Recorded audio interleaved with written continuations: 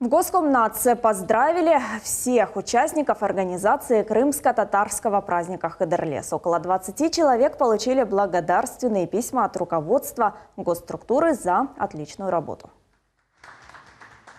Для нас это особо очень приятно, поскольку ответственность и профессионализм тех людей, которые на местах, а самое главное, понимание того, что все это мы делаем для людей, и каждый, выполняя свою ту или иную работу, не всегда в стандартных ситуациях, все-таки нам удалось в конечном итоге провести на высоком республиканском уровне.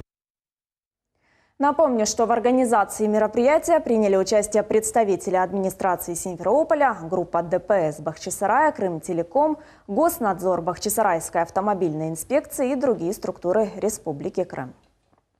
Мы от муниципального образования городской округ Симферополь представляли свой тентовый павильон с наполнением культуры и традиции крымстарского народа. Хочется от себя добавить, что мы дальше будем стремиться, работать и всячески развивать наше направление.